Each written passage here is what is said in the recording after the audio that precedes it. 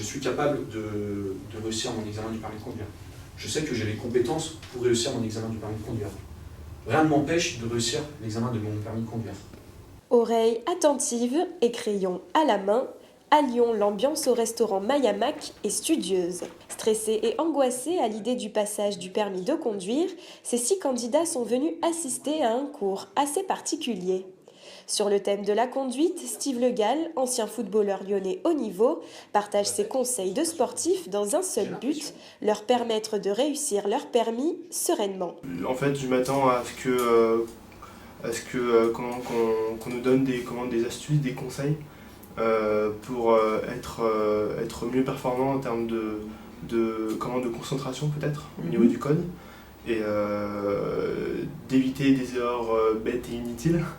Et aussi en conduite, comment gérer son stress, parce que j'ai vu sur ces 2 premières heures que j'étais assez stressé et la monitrice me l'a rappelé plusieurs fois.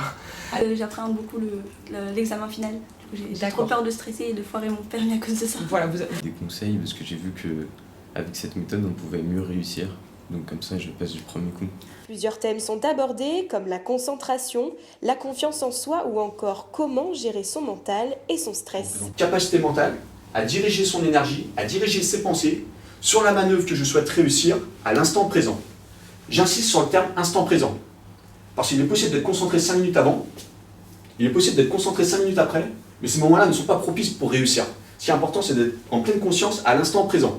À l'aide de vidéos ludiques et rapides, les participants semblent conquis par cette expérience. C'est le cas de Camille et Fiona, elles soutiennent cette formation. C'est utile parce que là, les personnes qui ne l'ont pas passé, justement, après, ça leur éviterait de faire des erreurs comme nous on a pu faire, justement. Parce qu'après, dû au stress, justement, après, le stress, on peut le gérer justement par différentes façons. Et le fait que des personnes qui ne l'ont pas passé suivent ce module-là, je pense que c'est très utile. Bah oui, ça peut servir à toute personne qui projette d'avoir son permis. Ce sont donc après ces 13 années d'expérience footballistique que Steve Le Gall se lance dans le coaching. J'ai créé vraiment une approche sur 2 heures et à mettre en place au moins 30 jours avant la date de l'examen, si possible, même si on la met après, c'est pas... Mais vraiment qu'on la mette 30 jours avant la date de l'examen pour qu'il y ait un travail qui soit effectué entre le coaching et l'examen. S'il réussit, c'est grâce à lui. C'est pas grâce au moniteur, c'est pas grâce à l'examinateur, c'est vraiment grâce à lui. Bien sûr, le moniteur peut le mettre dans les meilleures conditions, l'examinateur également.